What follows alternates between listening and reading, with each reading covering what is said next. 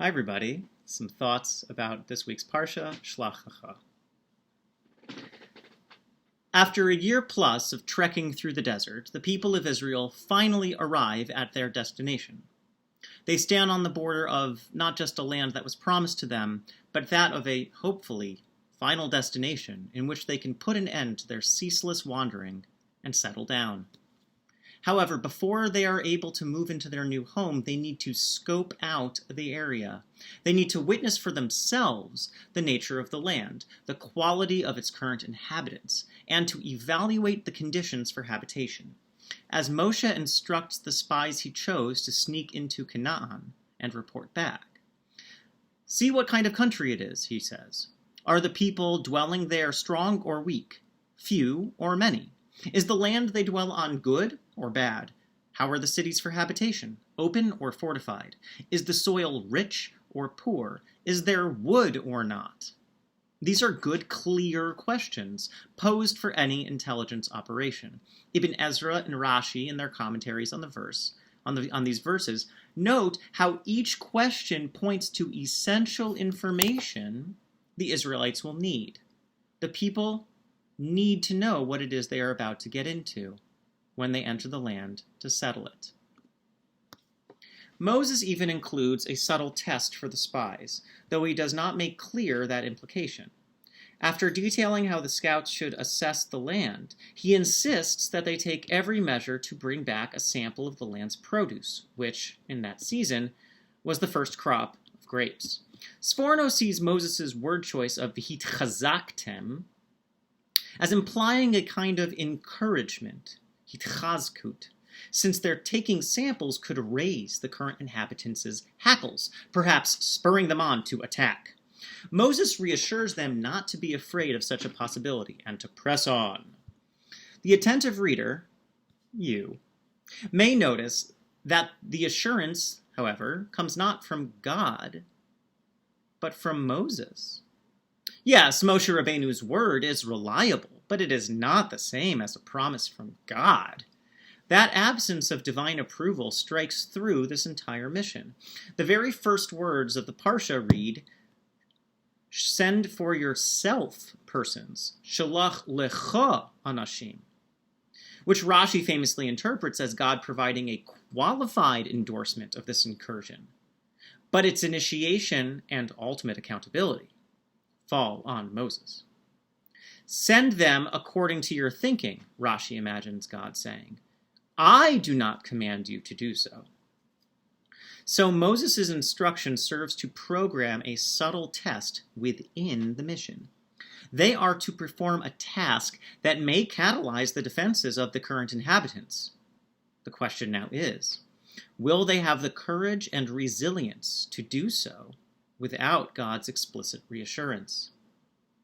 Even the itinerary on which the spies are sent contains a test of resilience and commitment. Moses sends them to enter the land from the south, first moving through the Negev before reaching the much more lush hill country of what would one day be called Judea. Rashi, drawing on Midrash Tanchuma, explains the itinerary accordingly. The Negev is the worst portion of the land of Israel. He actually uses the word garbage, psolet. But this is the way of merchants, to show the garbage first, and only afterward to show the more valuable. This approach makes perfect sense if one is haggling with a clearly invested or enthusiastic potential purchaser. But what if the one looking to buy is not sure they want it in the first place? What if they are hesitant? What if they are weary from a year plus of wandering the desert? Showing them the land in a manner that makes it seem as though it is hardly worth the risk and effort of its resettlement seems like an odd, even counterproductive choice. I see in this potentially challenging choice another test of sorts. The spies have heard endorsement after endorsement from the Holy One, gushing about the richness of this promised land, flowing with milk and honey. But they are entering the land at that moment with only the promise of Moses ringing in their ears. After a year plus of wandering the wilderness, one can only imagine what it felt like to enter what was supposed to be their new home, only to find another desert.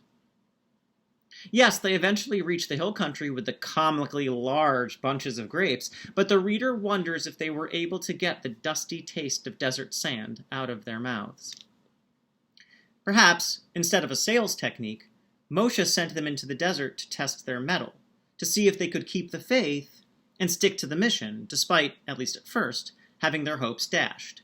Sadly, we see that the scouts were not able to live up to that challenge, returning with almost unanimous reports of discouragement, save the dissents of Yehoshua and Kalev. The fear set in, and the challenge of what settlement entailed scared off the spies, leading, ironically, to their return to the desert for the balance of their lives. Now, more than quailing at the size of the produce or the size of their potential opponents, the spies, in truth, forgot what the desert really means. The desert is an open place, a spare place, a place where you meet yourself constantly and are shown what you are truly made of. The Midrash says that the Torah could only have been given in a desert, since it is pure potential. All that there can be, you must make yourself. The desert served as the crucible for the formation of the people, the maturation of a nation. But the spies remained attached to the desert's static quality, its deathly silence, being spoon-fed their sustenance by God. And they forgot that the motion and dynamism possible in the desert must come from themselves. Of course, they were faced with the desert when they entered the land, because a nation must be built, not discovered. Maturation and growth is a constant process of self-formation. No matter how many enormous clusters of grapes one discovers, one never truly leaves the desert. That's where the challenge of growth lies. We too are poised to enter the promised land of new life. As the vaccines take hold and the severity of the pandemic wanes. But we must remember the lessons this year-plus long desert has taught us.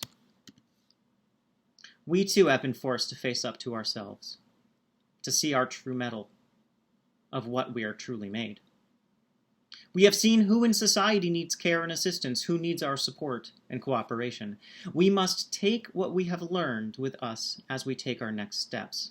After all, underneath any settlement you may find, there always lies a desert, that potential which calls on us to build. Shabbat Shalom.